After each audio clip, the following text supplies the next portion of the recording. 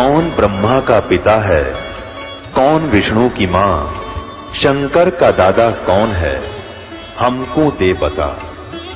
ये जानने के लिए कृपया सुनिए।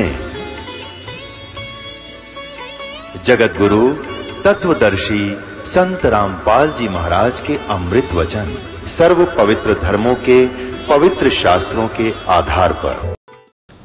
जिस वेद से, जिस ज्ञान से मैं मिलूं, मेरी प्राप्ति हो, जन्म मृत्यु का रोग कटे, तुम्हारा सतलोक में प्राप्त हो, वो विधि इन चारों वेदों में वर्णित नहीं है। बाकी शेष महिमा मेरी ही वेद गा रहे हैं। अब हम आते हैं अपने उसी टॉपिक पे।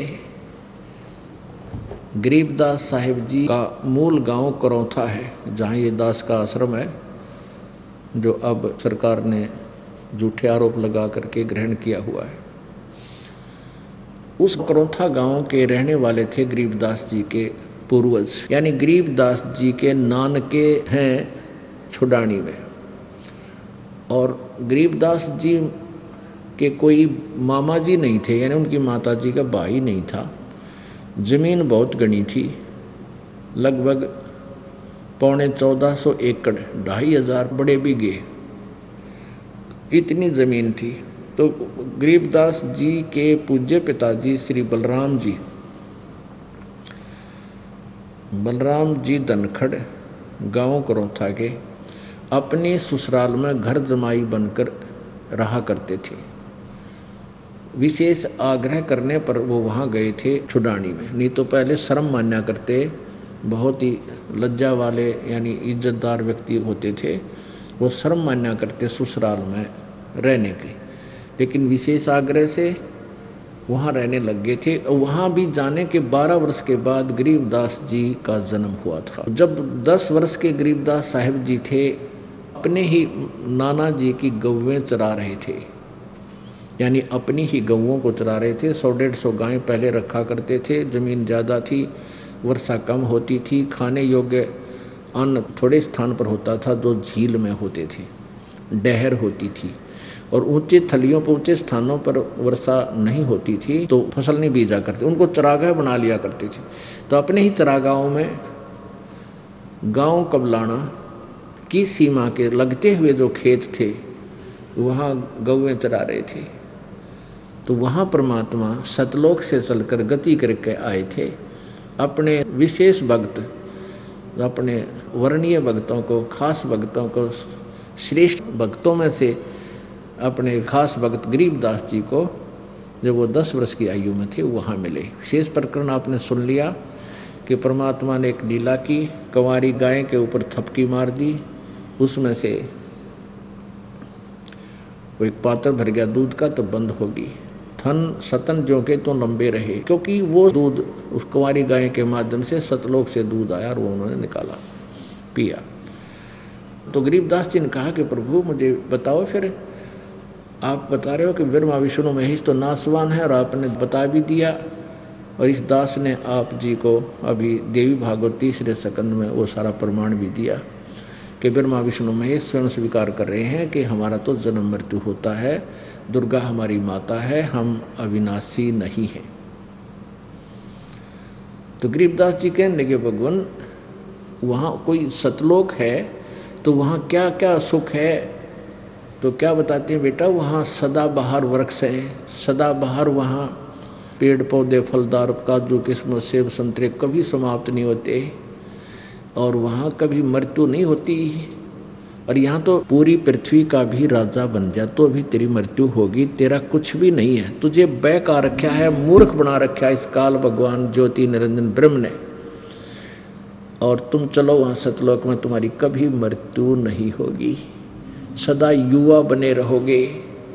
वहाँ ऐसे ही सृष्टि है, तुम्हारी संतान होगी, तुम्हारे घर खाली पड़े हैं जिनको तुम छोड़ कर आए हो, मैं तुम्हें वो स्थान बताने आया हूँ और तुम्हें वो मार्ग विधि बताने आया हूँ जिससे तुम वापस अपने लोक में जा सकते हो। अब बालक का चागना चढ़ा करे, बालक को ज़्यादा दृढ़ विश्वास होता है और जल्दी ही वो प्रेरित हो जाता है, और परमात्मा यही चाहते थे कि मैं इसको अपना एक गवाह बनाऊं। तो गरीबदास जी ने आग्रह किया, प्रभु क्या ऊपर सतलोक में सब सुख है और वहाँ आदमी रहते हैं? कहाँ बेटा, वहाँ व्यक्ति हैं बहुत ज़्यादा हैं, तुम तो कुछ भी नहीं यहाँ पर। ये सारे ब्रह्मांडों में जितने भी प्राणी हैं ये सब वहीं से आए हैं और वो बहुत बड़ा लोक है, बहुत सुख है। वहाँ परम पिता परमात्मा पूर्ण ब्रह्म रहते हैं, वो साकार हैं, मनोसदृश्य हैं, उनके शरीर में बहुत नूर है।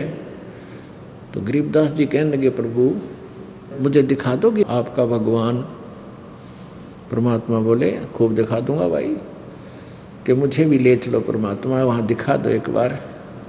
वो तो आए इसी उद्देश्य के लिए थे। इस कलयुग में अब ये भक्ति युग प्रारंभ हो गया, इसमें आपको प्रमाण किया जा सके, गवाही हमें मिल सके कि उस संत ने भी भगवान मिले थे, और जो वेदों में लक्षण हैं वो उस परमात्मा कबीर जी में लक्षण हैं जो वेदों में वर्णित हैं।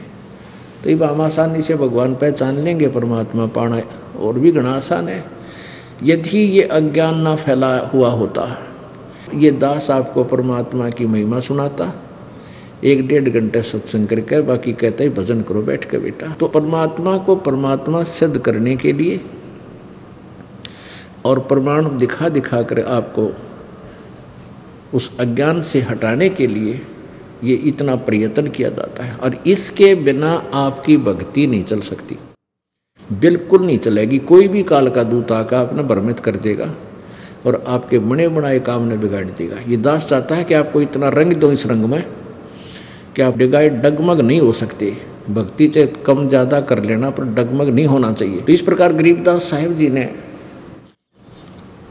आग्रह किया, परमात्मा ने कहा कि चल बेटा तुझे सतलोक दिखाता हूँ। गरीबदास जी की आत्मा को साथ लेकर ऊपर चले, शरीर छोड़ दिया। ऊपर ब्रह्मा जी का लोक दिखाया, विष्णु जी की राजधानी दिखाई, शिव जी का लोक दिखाया, फिर एक कॉमन स्वर्ग नरक इकट्ठा ही है वो दिखाया, फिर सब लोकांतरों में घुमाते हुए महास्वर्ग दिखाया, जिसमें नकली सतलोक, नकली अलखलोक, नकली अगमलोक, नामी लोक इस काल ने ये नकली बना रखे हैं एक ब्रह्मांड में धोखा देने के लिए। उनको पता है कि परमात्मा का संदेश वाहक आएगा ऊपर से और वो यहाँ सतलोक की जानकारी देगा। तो उससे पहले ये नकली संतों से सतलोक का डंडोरा पिटवा कर लाखों करोड़ों व्यक्तियों को गुमराह करवा देता है, और दुर्गा से नकली ये सतलोक अलखलोक ये सब बनवा देता है। तो परमात्मा आकर के, या उनके जैसे गरीबदास साहिब जी ने आकर के बताई थी, उसकी नकल करके इन नकली संतों ने परमात्मा कबीर जी का एक शब्द ले लिया, करने नो दीदार महल में प्यारा है। उसमें 32 कली है। उसके आधार से इन्होंने सतलोक तो सुन लिया और अगमलोक नामी लोक भी पढ़ लिया, लेकिन वहाँ जाने की विधि इनके पास है नहीं। तो उस ज्ञान का लाभ क्या हुआ? अब मान लिया आपको बता दिया भाई आपका ये रोग है और औषधि मिली नहीं, तो उस जानकारी का लाभ क्या हुआ? तुझे रोग ये है, रोग का भी पता चले, औषधि भी सही मिले तो आपका कल्याण हो। तो इन नकली संतों पंथों के पास 2-3 पंथ हैं, राधा स्वामी पंथ, धन धन को सतगुरु पंथ, ये जय गुरुदेव पंथ और ये ठाकुर सिंह वाला पंथ, ये सारे नकली पंथ हैं। इनमें नकली 5 नाम दिए जाते हैं। ये 5 नाम काल के धन धन सतगुरु पंथ, इसमें 5 की बजाय 3 कर दिए, और तीनों पर्यायवाची शब्द हैं उस अविनाशी परमात्मा की महिमा के। अकाल मूर्त, शब्द स्वरूपी राम और सतपुरुष। अकाल मूर्त का अर्थ है जिस परमात्मा की मूर्ति यानी साकार शरीर का कभी नाश ना हो, कभी काल ना आवे। अकाल मूर्त मीन अविनाशी परमात्मा। और शब्द स्वरूपी राम, शब्द कभी नष्ट नहीं होता। शब्द इसलिए मालिक की अविनाशी परिभाषा को ही सिद्ध करता है। शब्द स्वरूपी यानी अविनाशी परमात्मा, राम कहो परमात्मा कहो। और फिर सतपुरुष, पुरुष माने परमात्मा, सत माने अविनाशी, अविनाशी परमात्मा।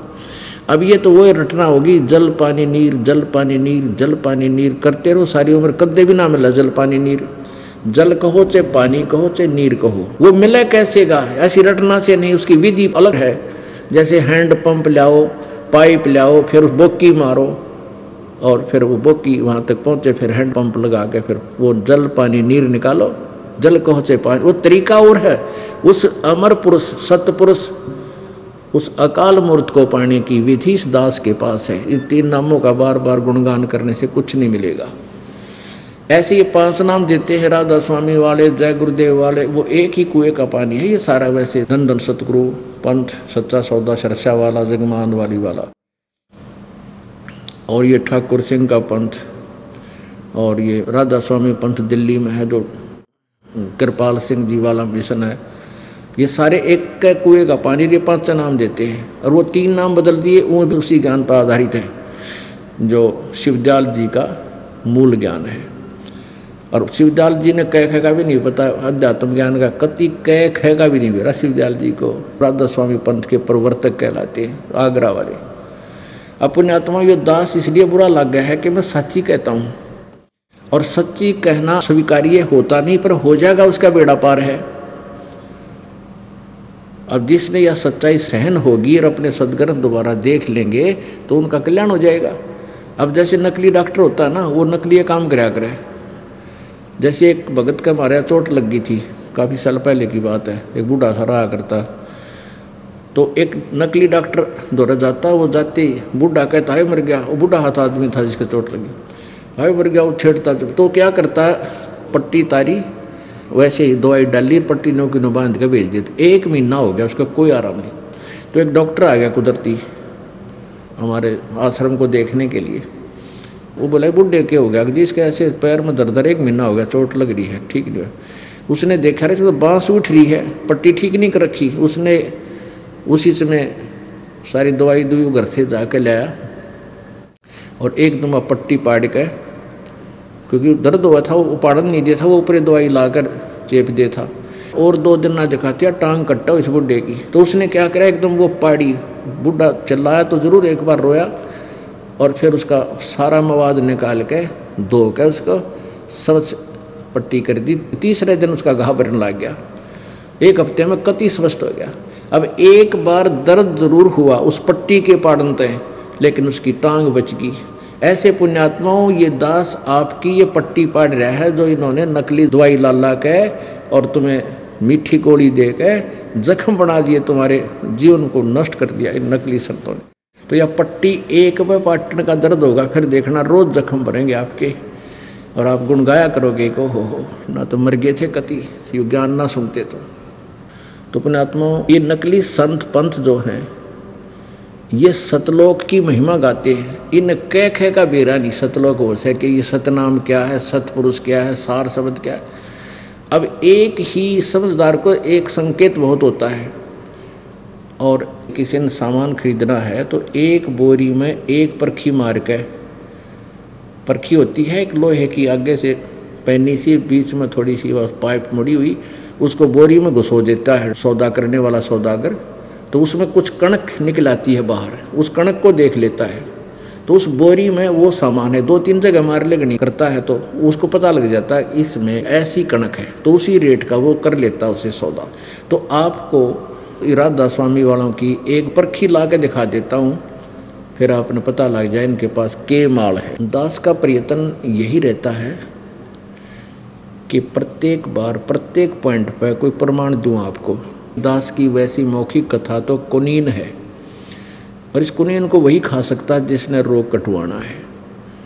जो समझदार होते हैं वो तो खाएंगे, उनको तो आवश्यकता ही नहीं किसी वस्तु की, लेकिन इतना उनको भी आवश्यकता होगी कि सचमुच हम जो टेबलेट खा रहे हैं वो कुनीन नहीं है, वो ज्ञान नहीं है हमारे वैद्य को जिससे हम दवाई लिए। इतना प्रमाणित करने के लिए उनका ये डिफ्रेंशिएट करना पड़ता है। ये देखिएगा, सारवचन वार्तिक,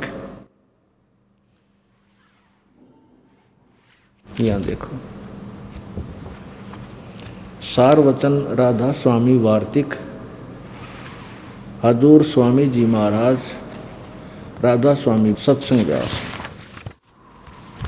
प्रकाशक हैं जगदीश चंद्र सेठी, सेक्रेटरी राधा स्वामी सत्संग व्यास, डेरा बाबा जयबल सिंह, पंजाब। ये कहाँ से छपी है? पब्लिश्ड बाई, ये सेक्रेटरी, और ये नीचे printed by, printed in India by Lakshmi offset printers, Delhi से। ये भूमिका में देखना क्या लिखा है इन्होंने। सारवचन राधा स्वामी वार्तिक हजूर स्वामी जी महाराज के वचनों का संग्रह है। ये वचन सत्संगों तथा अन्य चर्चाओं के दौरान सत्संगियों ने नोट किए थे। स्वामी जी महाराज के परम धाम सिधारने के कुछ वर्ष बाद इनका संग्रह करके पुस्तक रूप में छपवाया गया। सन 1902 में बाबा जयमल सिंह जी महाराज ने सारवचन राधा स्वामी वार्तिक को पहली बार गुरमुखी लिपि में छपवाया। प्रस्तुत पुस्तक, यह जो वर्तमान पुस्तक है, प्रथम गुरमुखी संस्करण के अनुसार है और अब इसका हिंदी संस्करण प्रकाशित किया जा रहा है। आगे देखिए। स्वामी जी महाराज का शुभ नाम सेठ शिवदयाल सिंह जी था। आपने 25 अगस्त सन 1818 में आगरा शहर में जन्म लिया।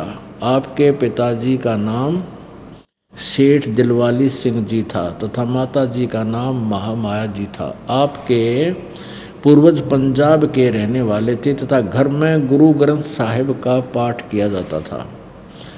आपके माता पिता हाथरस के प्रसिद्ध संत तुलसी साहिब के भगत थे। स्वामी जी ने भी, यानी शिवदयाल जी राधा स्वामी पंथ के प्रवर्तक ने भी, स्वामी जी महाराज ने भी तुलसी साहिब की काफ़ी संगति की थी।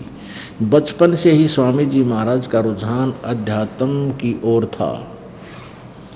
आपने एक कमरे में बैठकर 17 वर्ष सुरत शब्द योग का अभ्यास किया, यानी हठ योग किया इसने।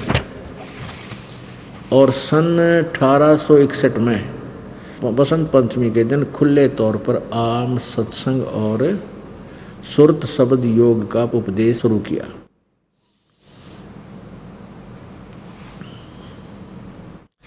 ये जो पुस्तक हम पढ़ रहे हैं, ये सत्संग वचन है शिवदयाल जी महाराज, फाउंडर ऑफ राधा स्वामी पंथ। और इस राधा स्वामी पंथ से ही धन धन सतगुरु, सच्चा सौदा, सिरसा और जगमाल वाली 2 पंथ अलग से बने हुए हैं, उसी से निकले हुए। क्योंकि बाबा जयमल सिंह जी का उत्तराधिकारी संत थे बाबा सावन सिंह जी। बाबा सावन सिंह जी के शिष्य थे बिलोचिस्तानी सामस्ताना जी, जिनका नाम श्री खेमामल जी था। और उन्होंने सिरसा में आकर के अपना अलग से ये स्थान बनाकर वहाँ प्रचार शुरू कर दिया। और आप ही ये नामदान करने लगे। आगे आके वो 5 नाम भी छोड़ दिए, ये 3 नाम देने लगे।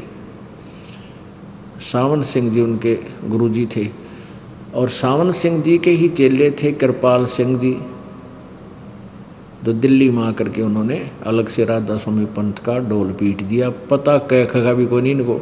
जब शिवदयाल जी को ज्ञान नहीं था, इनको ज्ञान कहाँ से होगा? अंडरस्टूड है। अगर हमारे कबीर साहब जी के ज्ञान कोई फेल कर देता है तो हमें ज्ञान कहाँ से आया? कबीर साहब क्या अनुयायी बने बैठे। तो कबीर जी का ज्ञान फाइनल ओके है तो हमारा ज्ञान वही है जो कबीर जी वाला है।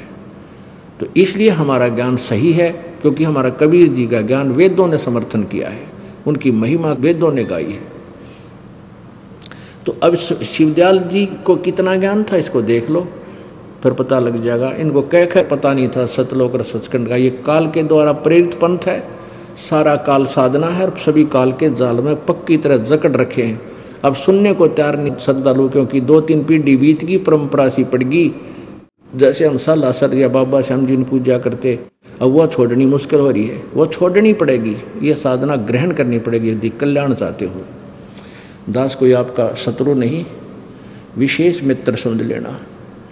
और सभी गाली दे रहे हैं, मुझे बुरा बता रहे हैं, क्योंकि बुरा न्यों बता रहे हैं जो परिचर हैं या आचार्य हैं, गुरु हैं, उनको पता लग गया कि तुम फेल हो लिए, तो वो अपने अनुयायियों को कहते हैं वो झूठ बोलता है रामपाल, वो तो झूठा है, उसकी बातें मत सुनना। उनका तो उद्देश्य है जनता को काल के जाल में फंसा के रखना। वो तो पक्के दूत हैं, नहीं तो सामने प्रत्यक्ष प्रमाण आपका दिखा रहा हूँ, मान लेना चाहिए। इन गुरुओं को भी मानना चाहिए, इन प्रीचरों को भी मानना चाहिए। नहीं महापाप के भागी बनेंगे इस दुनिया को, भोली आत्माओं को काल के मुंह में डाल के। इसे निकालना परम कर्तव्य है और परमात्मा इसको सफल करेंगे, क्योंकि उन्होंने पहले ही कहा था कि इस समय आने पर हम कलयुग की जो बिचली पीढ़ी होगी उस समय इस पूरे विश्व में इस सत्य ज्ञान को फैलाएंगे। और परमात्मा ने कहा कि उस समय सभी आत्माएं पहचानेंगी अपने भगवान को और तुरंत ग्रहण करेंगी, क्यों सब बुद्धिमान और शिक्षित होंगे, सद्ग्रंथ सामने होंगे, स्वयं पढ़ेंगे और समझेंगे और निकलेंगे काल के जाल से। अब देखो, अब राधा स्वामी दयाल की दया, ये वही पुस्तक चल रही है सारवचन वार्तिक, व्यास से छपी हुई।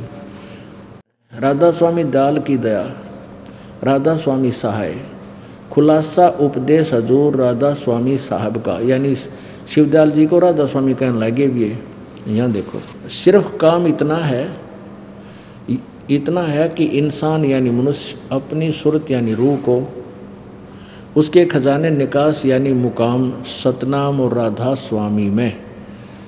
अब देखो, मुकाम माने स्थान, सतनाम को सतान कह रहे, राधा स्वामी को भी सतान कह रहे। आगे चलो, वचन नंबर 3 में क्या लिखा है, जितने आचार्य और महात्मा और अवतार और पैगंबर हर एक मजहब में हुए हैं, वे सब अपने अभ्यास के जोर से अंतर में तरफ मुकाम असली के चले, असली स्थान की ओर चले, पर सब के सब धुर स्थान नहीं पहुँचे। मुकाम माने स्थान।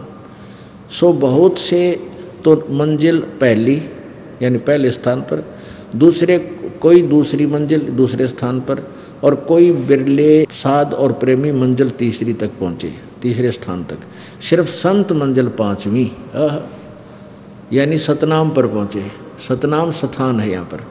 और कोई बिरले संत मंजिल 8वीं यानी राधा स्वामी पद तक पहुँचे। ये राधा स्वामी पद 8वां स्थान है। और यहाँ तो पद अड़ा दिया ना, यहाँ सीधा लिखा है यानी मुकाम सतनाम और राधा स्वामी में, या सतनाम राधा स्वामी स्थान में पहुँचे।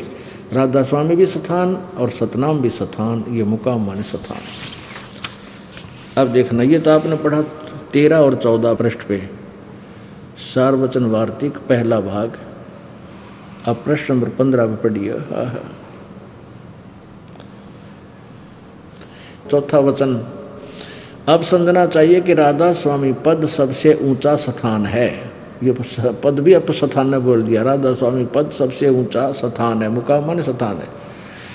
और यही नाम कुल मालिक और सच्चे साहिब और सच्चे खुदा का है। ये असली नाम है उस सच्चे खुदा का, राधा स्वामी। इनका कहना, इसका नाम भी राधा स्वामी है, धाम का, स्थान का। और इस स्थान से 2 स्थान नीचे सतनाम का मुकाम है। यहाँ तो सतनाम को स्थान कह रहे थे, नीचे सतनाम का मुकाम है, यानी स्थान का स्थान है। ये समझो, इनकी उवाबाई देखो कि इस सतनाम के विषय में फिर डिफाइन किया, आगे खोल कर बताया है महापुरुष शिवदयाल जी ने, राधा स्वामी पंथ के प्रवर्तक ने। इस सतनाम की, जिसको संतों ने सतलोक भी कहा, सतनाम को सचखंड भी इसी को कहा, सतनाम को, और सार शब्द और सत शब्द और सतनाम और सतपुरुष करके बयान किया है। अरे तेरा गजब भैया, सतनाम के विषय में आगे डेफिनेशन डिफाइन कर रहे हैं कि जिसको संतों ने सतलोक, सतनाम को सतलोक भी कहा है, सचखंड भी, इसी को सार शब्द, इसी को सत शब्द और इसी को सतनाम और इसी को सतपुरुष करके बयान किया है। ये हमारा सर कर रखा है इन्हें, तारा गजब है। बड़ी आत्मा फंसा दी काल के जाल में। अभी इनको समझाना दुर्लभ हो रहा है हमारे लिए, किस तरीके से समझाएं बड़ी आत्माओं को। ये 3 नकलियों को बड़े महापुरुष मान बैठे, जैसे शुद्ध पुरुष नहीं थे, धुर मंजिल पर पहुँचा करते। ये पहुँचे कहाँ गए, इनको ज्ञान को नहीं। वो सतलोक की चीज़ है, सतनाम वस्तु है, कोई मंत्र है या कोई स्थान है या कोई भगवान का नाम है, इन्हें कहेंगे ना मेरा ये सतनाम, यही सचखंड, ये सतपुरुष, ये सतलोक, और ये सार शब्द, और ये सार नाम, और ये सतनाम, और ये स्थान। कितने सिर पैर भी नहीं इस व्याख्या का। अपने आत्मा जैसे किसी ने जिंदगी में कार देखी ना पेट्रोल, कोई अब सी जंगल में पड़ा है और वो सुबह घूमे आवा कितना है और आगे कह दे कहाँ गया था, कि शहर में गया था, वहाँ कार में घूमता हूँ, पेट्रोल से गाड़ी चलती है। सुनते लिया उसने पेट्रोल से गाड़ी चलती है, ड्राइवर चलाता है। तो उससे पूछा भाई वो कार कैसी है, वो पेट्रोल कैसा होता है, सड़क कैसी है। तो उसने ना तो कार का बेरा, वो क्या व्याख्या कर रहा है कि कार, पेट्रोल भी कार कोई कहते हैं, ड्राइवर भी कार कोई कहते हैं, और सड़क भी कार कोई कहते हैं, और शहर भी कार को ही कहते हैं। तो उसने जिंदगी में कभी कार देखी है, बैठना तो बहुत दूर की बात होगी। उसने जर्नल नॉलेज भी नहीं है उसके बारे में। बैठने वाला तो बहुत कुछ जानकारी देगा, उसके मोटे मोटे स्पेयर पार्ट्स भी बता देगा। तो इस राधा स्वामी पंथ के प्रवर्तक शिव दयाल जी महाराज का योग ज्ञान है जो कति एक अन्य का नहीं, कह का पता नहीं इसको अध्यात्म ज्ञान में। और ये करोड़ों व्यक्तियों को वो तो रख दो भाई, क्योंकि हम श्रद्धालु हैं, हमें भगवान की आवश्यकता है। और जिसने डॉक्टर का बोर्ड लगा रखा है वो बड़ा लंबा चौड़ा, और वहाँ तो मरीज दुखी जागा ही जाएगा। आगे वो किसी नीम हकीम कैसी टेबलेट देगा वो खाएगा भी खाएगा, वो मरो चाहे जियो उसको पता ही नहीं। तो ये नकली वैद्य की बोर्ड लाए बैठे थे, नकली गुरु बने बैठे थे। इन्होंने सब मनुष्यों के जीवन खा लिए, इन्हें बर्बाद कर दिया, नाश कर दिया पूरे मानव समाज का। अपनात्मा इसी के परिणाम स्वरूप ये राधा स्वामी पंथ का प्रवर्तक भूत बना, अपनी ही शिष्या बुक्की माँ का बोलने लग गया। और फिर वो भूत बने हुए शिवदयाल जी से फिर यो प्रताप सिंह जी उनका छोटा भाई हाथ जोड़ कर भूत तो पूछे मजिया दिक्कत होगी हैं। जिसने राधा स्वामी पंथ अलग से ज़्यादा प्रचार में किया वो शालिग्राम राय साहब भी पूछे उससे। तो पुण्यात्माओं यही कारण है कि ये दास सच्ची बतावे और लोग मैंने गुंडा बतावे। इसलिए गुंडा बतावे है कि मैं सच्चाई कह रहा हूँ। अब उनके पास ज्ञान का तो उत्तर रहा को नहीं, तो और अपने शिष्यों को भ्रमित करने के लिए मुझे बदनाम करना शुरू कर दिया। विशेष कर आर्य समाज के इन आचार्य ने तो जमाकती सरेआम झूठ बोल बोल कर समाचार पत्रों में भी सारी बकवाद करवा दी। इनका जनता के कल्याण से कोई लेना देना नहीं, न तो अपनी दुकान बनाए रखने के लिए कोई भी हथकंडा अपनाना पड़ो ये पूरा अपनाओगे। और ये पहले भी हमारी आपसी लड़ाई करवा कर नाश करवाते आए।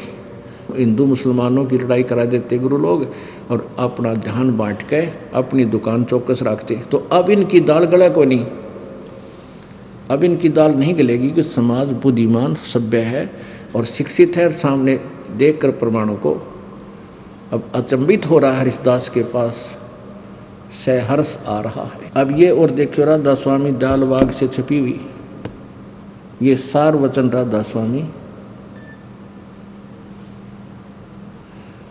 नसर यानी वार्तिक। देखो कितनी गजब की लिखाई कर रखी है। ये देखियो, जिसको परम पुरुष पूर्ण धनी स्वामी जी महाराज ने यानी शिवदयाल जी ने जबान मुबारक से फरमाया और जो बाई इज्जत राधा स्वामी ट्रस्ट द्वारा छपी गई। प्रकाशक हैं राधा स्वामी ट्रस्ट, स्वामी बाग आगरा से। ये लेटेस्ट है, 2001 में छपी है, 19वीं बार 2001 में। मुद्रक है दी कोरोनेशन प्रेस, छिल्ली ईंट रोड, आगरा। फोन नंबर इनका ये है। अब राधा स्वामी दयाल की दया राधा स्वामी साहे खुलासा उपदेश हजूर राधा स्वामी साहब का वचन यह जगत नाशवान है। ये यहाँ से वचन सुनोगे इनके। ये है 2 पृष्ठ सार वचन राधा स्वामी वार्तिक। ये पहला भाग है, भाग 1। यहाँ देखना ये एक वचन। अब इस एक वचन के लास्ट में लिखा है सिर्फ काम इतना है कि इंसान यानी मनुष्य अपनी सूरत यानी रूह को उसके खजाने और निकास यानी मुकाम सतनाम राधा स्वामी में पहुंचावे। अक्षर का भी अंतर नहीं है, जो कहता हूँ लिखा। मुकाम माने स्थान, यहाँ सतनाम को ये स्थान बोल रही है। आगे देखो अब वचन नंबर 3। जितने आचार्य और महात्मा और अवतार और पैगंबर हर एक मजहब में हुए, वे सब अपने अभ्यास के जोर से अंतर में तरफ मुकाम असली के चले, पर सब के सब धुर स्थान तक नहीं पहुँचे। सो बहुत से मंजिल पहली मंजिल माने यहाँ देखो 1 नंबर है, या नीचे अनुवाद भी करके मंजिल माने स्थान। तो दास ये सिद्ध करना चाहता है कि ये जो क्या बोल रहे हैं पहुँचे तक नहीं पहुँचे। बहुत से तो मंजिल यानी स्थान पहली पर, मंजिल माने स्थान, और कोई दूसरी मंजिल पर, कोई बिरले साध और प्रेमी मंजिल तीसरी यानी तीसरे स्थान तक पहुँचे, और सिर्फ संत मंजिल पाँचवें स्थान यानी सतनाम पर पहुँचे। पाँचवीं मंजिल कहो, पाँचवां स्थान कहो, सतनाम पर पहुँचे। और बिरले संत मंजिल 8वीं यानी राधा स्वामी पद तक पहुँचे। ये मंजिल माने स्थान, राधा स्वामी पद को भी स्थान का है। आगे देखो अब 4 नंबर पर, 4 नंबर वचन में क्या बोला है, प्रश्न नंबर 5 पे। अब समझना चाहिए कि राधा स्वामी पद सबसे ऊंचा स्थान है, और यही नाम कुल मालिक और सच्चे साहिब और सच्चे खुदा का है। और इस स्थान से 2 स्थान नीचे, मुकाम माने स्थान, इस स्थान से यानी राधा स्वामी स्थान से 2 स्थान छोड़कर नीचे सतनाम, या भी सतनाम को स्थान कह रहे थे, मंजिल 5वीं स्थान का स्थान है, मुकाम माने स्थान कितने है। सिर्फ फिर बालक भी ना लिखे ये बातें जो इन्हें लिख रखी, अनजान भी ना लिखे।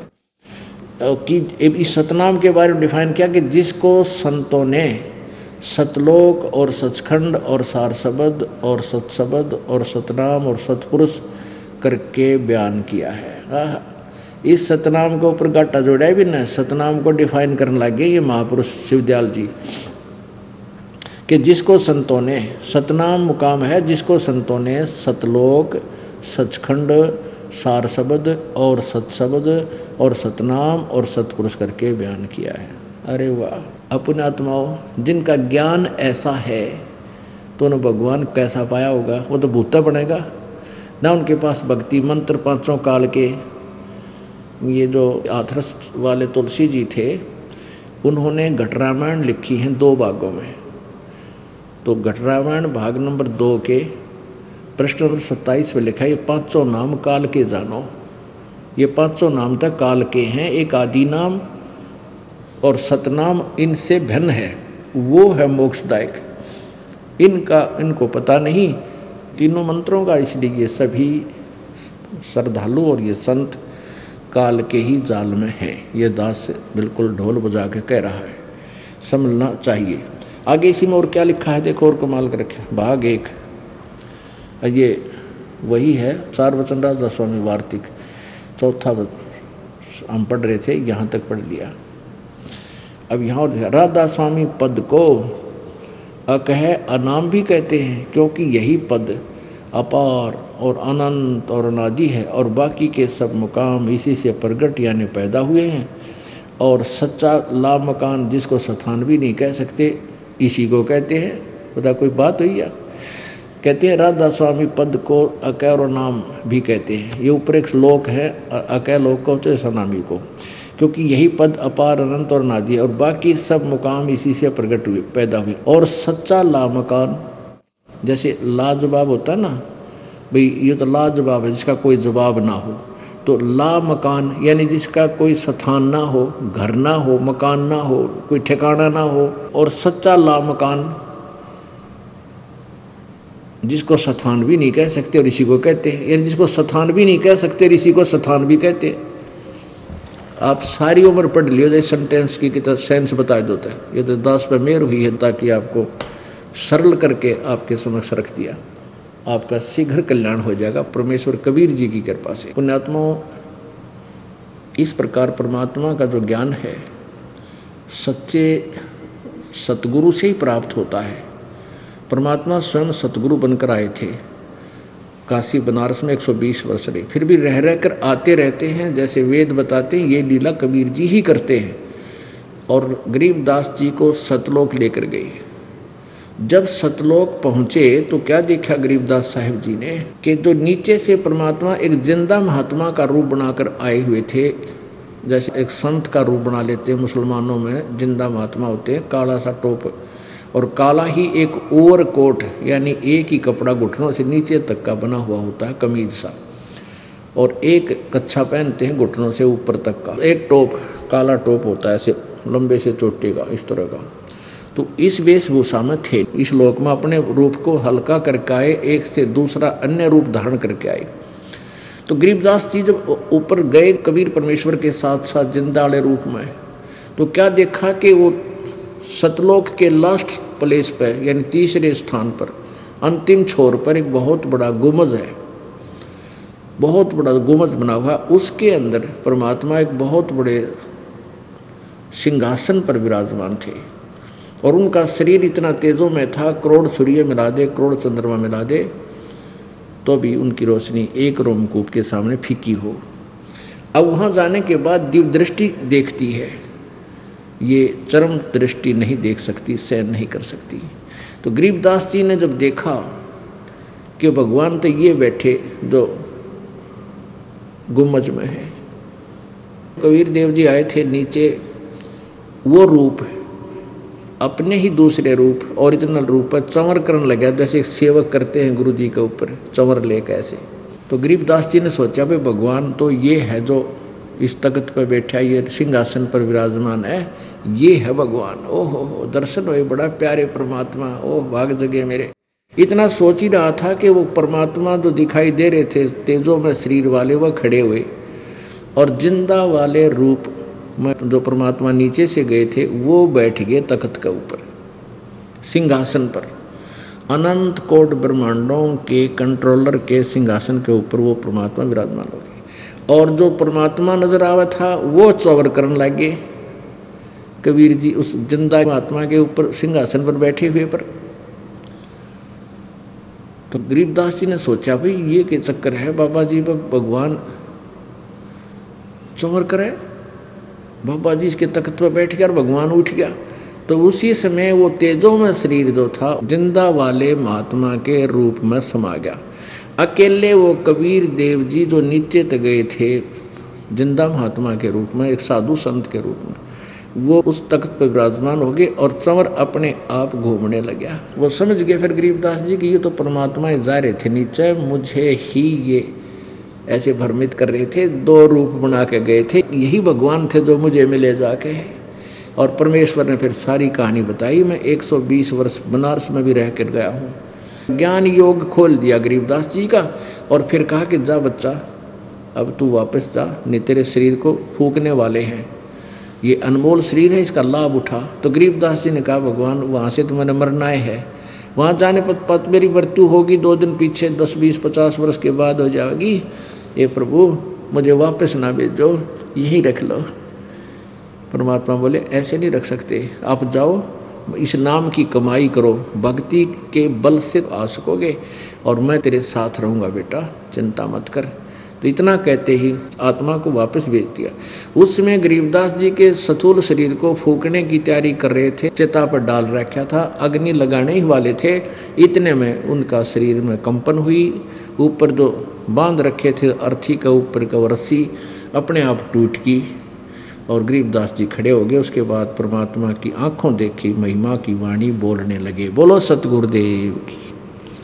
ब्रह्म पिता परमात्मा पूर्ण ब्रह्म सर्व सृष्टि रचनहार कुल मालिक कबीर देव कबीर साहब जी की असीम कृपा से हम सभी शुभ समागम सत्संग के अंदर एकत्रित हुए। परमात्मा बताते हैं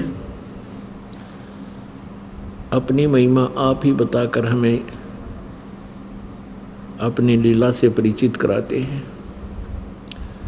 मात पिता मिल जावेंगे, मात पिता मिल जावेंगे 184 में, सतगुरु सेवा और बंदगी भाई फिर मिलन की ना। परमेश्वर हमें आकर के याद दिलाते हैं कि जिस संतान और संपत्ति में आप परमात्मा भूल चुके हो, मनुष्य जीवन पा करके यदि तुमने परमात्मा की साधना नहीं की, आत्म कल्याण नहीं करवाया, मनुष्य जीवन व्यर्थ है। परमात्मा कहते हैं इस संसार में यदि कोई दुर्लभ वस्तु है तो सत्संग है। इस संसार में यदि कोई दुर्लभ वस्तु है तो सत्संग है। और सत्संग सतगुरु ही कर सकता है। सतगुरु मीन सच्चा गुरु। ये नकली गुरु ज़्यादा है, करोड़ों अरबों नकली गुरु हैं, इसलिए सतगुरु कहा गया है, जो सच्चा यथार्थ ज्ञान प्रदान करता है वो सतगुरु है। और सतगुरु के बिना ये काल के दूत, नकली गुरु, झूठे गुरु अधिक हैं, इसलिए सतगुरु कहा जाता है। परमेश्वर स्वयं आए थे, उन्होंने सतगुरु की भूमिका अदा की थी। वो प्रत्येक युग में आते हैं। सतयुग में उनका नाम सतसुकृत होता है, त्रेता में उनका नाम मुनिंदर होता है, द्वापर में परमेश्वर अपना करुणा में नाम लेकर के आते हैं, और कलयुग में वो अपने यथार्थ नाम से कबीर देव, कबीर साहब, अल्लाहु अकबर, उस कबीर नाम से वो प्रसिद्ध होते हैं। उसमें भी सतगुरु एक ही थे, कबीर जी ही थे, अन्य सतगुरु नहीं थे, उनके पास यथार्थ ज्ञान नहीं था, वह झूठे गुरु थे।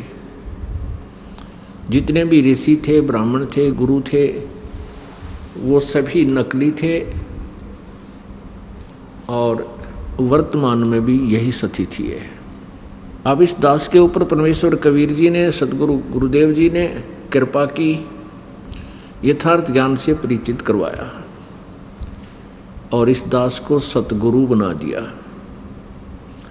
कबीर देव जी तो बने बनाए सतगुरु हैं, वो तो सारी सृष्टि के रचनहार हैं, और इस दास को भी ज्ञान योग दे करके, खोल करके सतगुरु बनाया। तो पुण्यात्माओं, इस संसार में, इस ब्रह्मांड में यदि कोई चीज़ दुर्लभ है, सत्संग है, और सत्संग सतगुरु ही किया करते हैं, और कोई सत्संग नहीं कर सकता। बकवाद तो कितनी किस्से पर करवा लो, नाचना गाना करवा लो, और इधर उधर की मीठी बातें कितनी बनवा लो, परंतु उनके पास सत्संग नहीं है। आज दिन के समय आपको सत्संग दिखाया था उस शिवदयाल जी महाराज का, और तेरा गजब भैया, और उनको सदगुरु की उपाधि प्राप्त थी, परम धनी हजूर जी महाराज। तो यहाँ परमात्मा अपनी एक ही वाणी में स्पष्ट कर देते हैं कि माता पिता मिल जाएंगे इस 184 माह। जैसे पशु पक्षी के, मान लीजिए कुत्ते के घर जन्म होगा तो वहाँ माता पिता, पक्षी बन जावांगे, पक्षी के घर जन्म होगा तो वहाँ माता पिता, गधे बनाएंगे वहाँ माता पिता, सब जगह माता पिता मिल जाएंगे। मनुष्य जन्म होगा तो भी माता पिता और बहुत मिल जाएंगे। लेकिन सतगुरु सेवा यानी सतगुरु सत्संग, ये मिलना बहुत मुश्किल है, और बंदगी ये फिर मिलन की ना, क्योंकि अब सतगुरु मिला नहीं तो मनुष्य जीवन ही नहीं मिलेगा। मनुष्य जीवन मिला तो फिर वो नकली गुरु बहुत घने पनप जाएंगे। तो यह कृपा मालिक ने आपके ऊपर की है। जो पुण्यात्मा इसमें रह रह कर पहुँच रहे हैं, ये विशेष कृपा पात्र हैं कबीर भगवान के, उस अल्लाहु अकबर के, उस कबीर देव परमात्मा की विशेष कृपा पात्र है। भक्ति मुक्ति के दाता सतगुरु, भटकत प्राणी फिरंदा, उस साहिब के हुक्म बिना नी तरवर पाथ हिलंदा। उस परमेश्वर की कृपा से ही ये सत्संग चल रहा है, नहीं तो काल को सत्संग एक आंख नहीं सुहाता। और वो चाहता है कि ये अज्ञान पूर्ण रूप से पूरी पृथ्वी पर जमा रहे, तेरा जाल सुरक्षित रहे। परमात्मा कबीर जी आते हैं या अपनी शक्ति दे करके, आप साथ रह करके अपने किसी दास के द्वारा अपनी महिमा, इस यथार्थ ज्ञान का प्रचार करवाते हैं। तो वो सत्संग अब यहाँ हो रहा है, इस बरवाला आश्रम, सतलोक आश्रम बरवाला। आपके ऊपर विशेष कृपा है, आप सत्संग में आ रहे हो। जैसे आज सुबह के सत्संग में बताया था कि जैसे पिताजी के पास कोई वस्तु रखी है, छोटा सा बेटा या बेटी, बालक आकर के उसको उठाकर खड़ा हो जाता है और पूछता है, पिताजी ये क्या है? पिताजी कहता, पेन है बेटा, ये पेन है। पेन है, पेन है। बच्चा कहता है, पिताजी 100 बार कहता है पेन है। और वो स्वीकार भी नहीं करता कि ये पेन है, और अस्वीकार भी नहीं करता क्योंकि पिताजी बता रहा है। वो उसको वहीं रख कर चल पड़ता है और खेल कूद में लग जाता है। तो जिनकी अब ये जो आप बच्चे हो, अबोध बच्चे हो, आप सत्संग में आ रहे हो और दास जो ज्ञान दे रहा है परमात्मा के द्वारा दिया हुआ वो अनमोल ज्ञान आप तक उच्चारण करके पहुंचा रहा है, तो आपको ये बात तो यकीन होती जा रही है कि गुरुजी कुछ कह रहे अच्छा ही है। लेकिन जब तक यह ऐ नहीं मिटेगी तब तक ये बालक कुछ भी गलती कर सकता है। जैसे वो बच्चे को पेन का पूरा ज्ञान नहीं तो उसको अन्य वस्तुओं का भी ज्ञान नहीं।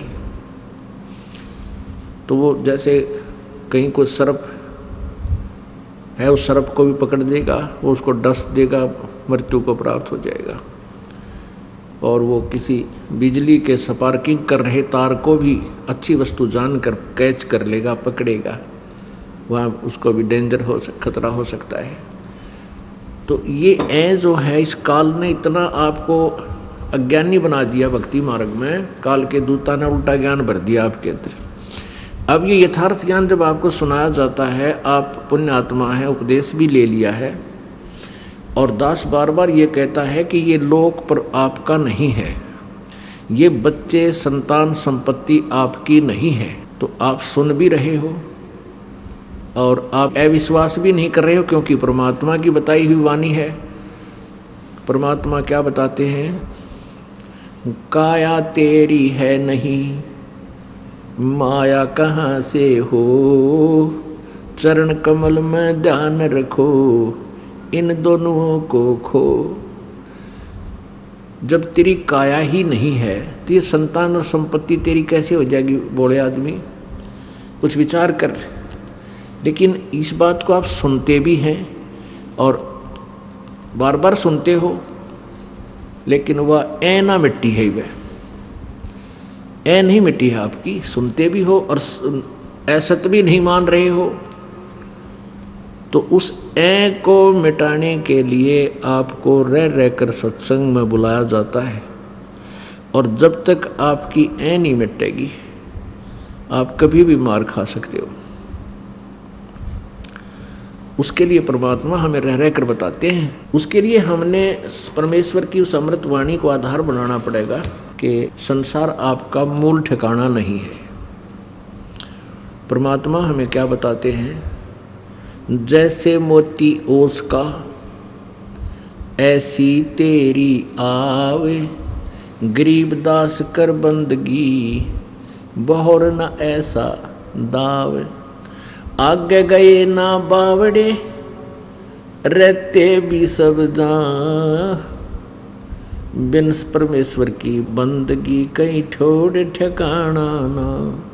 हमारे जो पहले पूर्वज थे वो चले गए, उन्होंने आकर के हमें कुछ नहीं बता पाए कि हम वहाँ दुखी हैं या सुखी हैं, कहाँ गए, और शेष हैं ये भी चले जाएंगे। अब परमात्मा ने आकर बताया है कि बिन परमेश्वर की बंदगी की ठौर ठिकाना ना। जैसे आज आपके पास पूरी संपत्ति है, अच्छे संतान है, खूब बढ़िया सर्विस है, या कोई बिजनेस व्यवसाय है आपका, या कोई भी धंधा आप ठीक कर रहे हो, और पुण्यात्माओं एक सेकंड में मृत्यु हो जा, आपके कैसे हुए? ये आपके तो थे ही नहीं।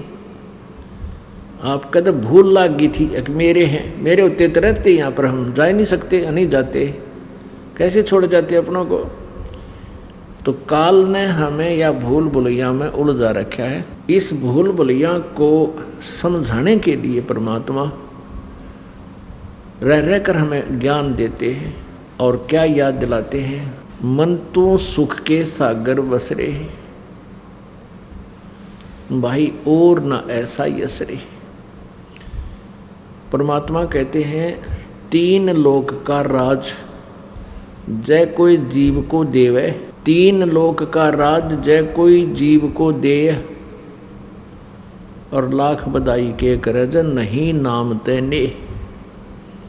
यदि इस व्यक्ति प्राणी, इस मनुष्य को, इस जीव को तीन लोक का राज्य भी दे दिया जाए तो कहते हैं लाख बधाई क्या कर रहा है, अगर परमात्मा की भक्ति नहीं है तो फिर जीव का जीव अर्थात अपने पुण्यों को समाप्त करके तो फिर वहीं यहीं 84 लाख योनियों में सैर सपट्टे कर रहा हुआ, कि तो कुत्ता बन गए, कि तो गधा बन गए, या अन्य पशु पक्षियों की योनियों में। मन तो सुख के सागर बस रे भाई, और ना ऐसा यस रे भाई। सर्व सोने की लंका होती और रावण से रणधीरम, एक पलक में राज बिराजी जम के पड़े जजीरम।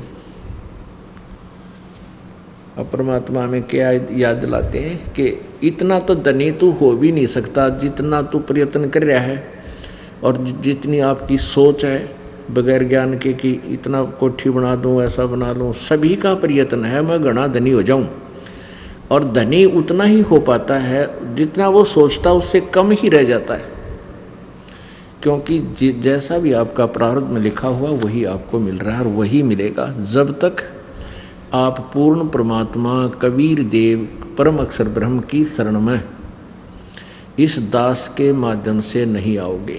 तब तक आपको प्रारब्ध ही मिलेगा, चाहे आपके पिछले संस्कारों से आप कितने ही, चाहे पूरी पृथ्वी के राजा भी बन जाओगे, लेकिन अन्य जो प्राणी हैं वो कितना प्रयत्न कर लो उनके भाग से अधिक नहीं मिलेगा।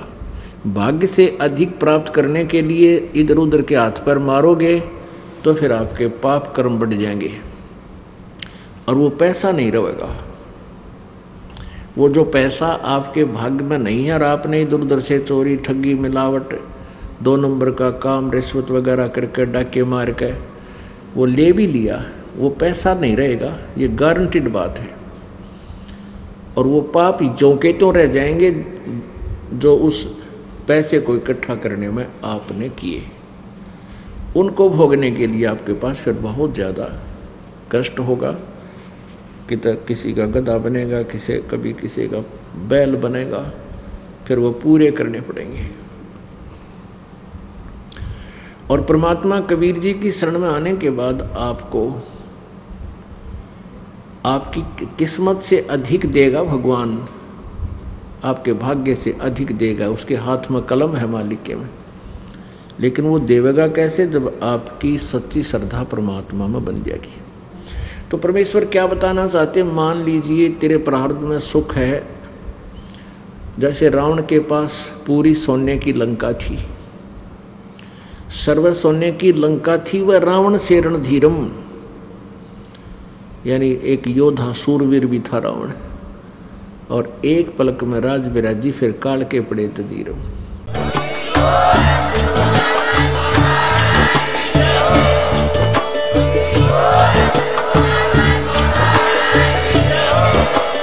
आप सुन रहे थे जगत गुरु तत्वदर्शी संत रामपाल जी महाराज जी के मंगल प्रवचन। अधिक जानकारी के लिए विजिट कीजिए हमारी वेबसाइट www.jagatgururampalji.org। संत रामपाल जी महाराज जी के शुभ आशीर्वाद से पूरे विश्व भर में 500 से भी ज्यादा नाम दीक्षा केंद्र हैं, जिन पर संत रामपाल जी महाराज जी द्वारा ऑनलाइन निशुल्क नाम दीक्षा दी जा रही है। अपने नजदीकी नाम दीक्षा केंद्र का पता करने के लिए संपर्क करें 8222880541।